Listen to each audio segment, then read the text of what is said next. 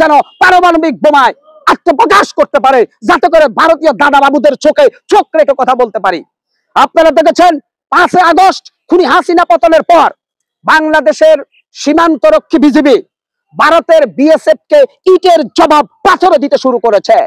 বাংলাদেশের বিজিবির পায়ের তলে ভারতীয় বিএসএফ পিষ্ট হয়ে গেছে, গোটা বাংলাদেশে ভাইরাল হয়েছে। আপনারা দেখেছেন বাংলাদেশের রয়্যাল বেঙ্গল টাইগার খ্যাত বিজিবি হাসিনার আমলে হাতে চুরি পড়েছিল।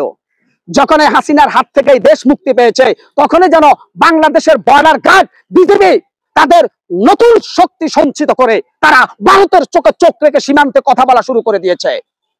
সেলুট বাংলাদেশ বর্ডার গার্ড বিজিবিকে, তোমরাই দেশের সূর্য সন্তান। এই রকম বিজিবি দেখার জন্যই তো বাংলাদেশ 17 বছর অপেক্ষা করেছিল। ভারত এমন প্রতিবেশী রাষ্ট্র যারা শুধু আমাদের কাছ থেকে শোষণ করে নিতে জানে, কিছুই দেয় না। আজকে ডক্টর ইউনূস এই ক্ষমতার চেয়ারে বসার পরে তিনি বলে দিয়েছেন তার উপদেষ্টার মধ্যে দিয়ে সীমান্তে আর ফিট দেখাবেন না, ভারতকে ইটের জবাব পাথর দিতে হবে।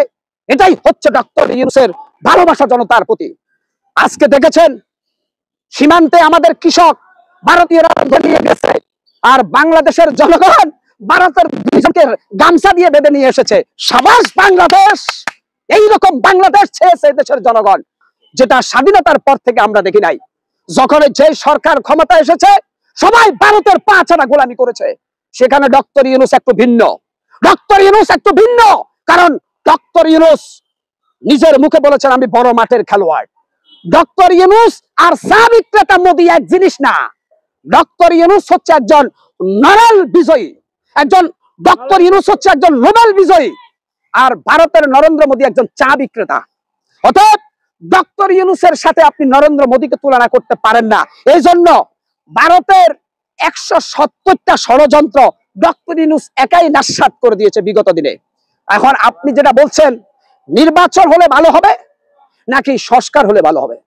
আমরাও নির্বাচন চাই, কিন্তু একটা যুক্তিক সময়ে নির্বাচন হবে। নির্বাচনের আগে ভারতের আধিপত্য মুক্ত বাংলাদেশ চাই জনগণ। সেটা একমাত্র ডক্টর ইউনূসের পক্ষেই সম্ভব। আমরা তো আশা করি ডক্টর ইউনূস সাহেব চাইলেই পশ্চিমা নেতাদের সাথে আতাত করে বাংলাদেশে 2-4-5টা পারমাণবিক বোমা তৈরি করতে পারেন।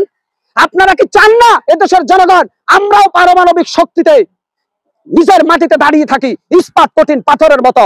ভারত কথায় কথায় আমাদেরকে বলে 5 মিনিটে দখল করে নিয়ে যাবে। ভারত কথায় কথায় ভারতের ওই যে মলম বিক্রেতা সাংবাদিক বলে এই মাত্র চট্টগ্রাম দখল করে ফেলবো, এই মাত্র সিলেট দখল করে ফেলবো। এই ধরনের প্রপাগান্ডা চালিয়েছে ভারতের বিজেপির নিয়ন্ত্রিত ওই যে সাংবাদিকগুলো।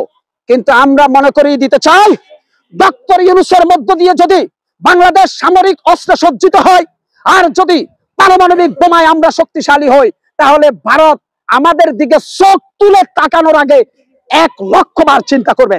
কারণ একদিকে আমরা মুসলমান, আমাদের ইমানি শক্তির পাওয়ার আছে, অন্যদিকে আমাদেরও কিন্তু এখন অস্ত্র শস্ত্র মজবুত।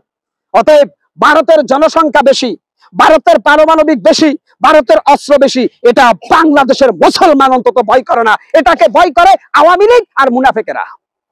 আমরা চাই ডক্টর ইউনূসের হাত ধরে এই বাংলাদেশ এমন একটা জায়গায় দাঁড়াবে যেখান থেকে কিয়ামত পর্যন্ত বাংলাদেশকে কেউ ডাউন করতে না পারে। সেজন্য দেশের জনগণ ডক্টর ইউনূসকে চাচ্ছে। এখন যারা অতি তাড়াতাড়ি নির্বাচন চাচ্ছেন, আপনারা কি দেশের মানে কি করতে পারবেন অতি তাড়াতাড়ি নির্বাচন দিয়ে? অবশ্যই আমরা বিএনপিকে ভালোবাসি। এই মুহূর্তে বাংলাদেশ জাতীয়তাবাদী দল বিএনপি সবচাইতে গ্রহণযোগ্য একটি দল, কিন্তু বিএনপির ভিতরে কিছু আগাছার জন্ম হয়েছে। এরা টুকিটাকি চাঁদাবাজি করে দলের বদনাম করছে।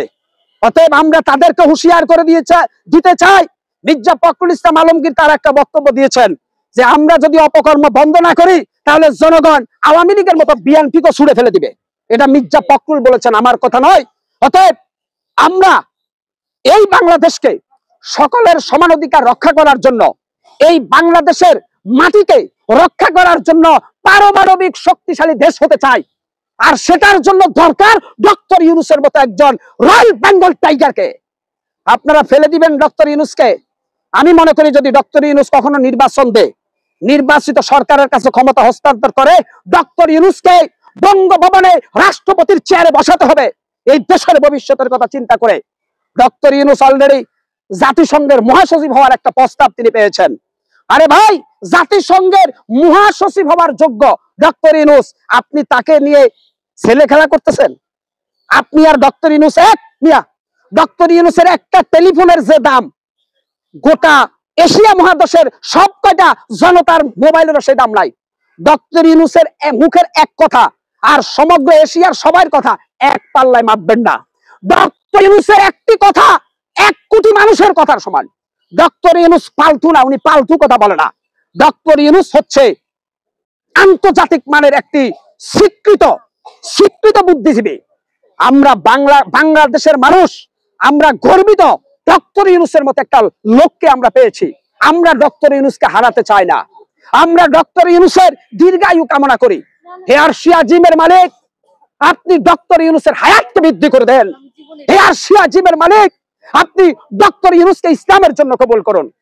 সেই আশা আকাঙ্ক্ষা লালিত স্বপ্ন বুকে নিয়ে ডক্টর ইউনূসের পক্ষে থাকার শপথ করে আজকে বিদায় নিলাম। আসসালাম।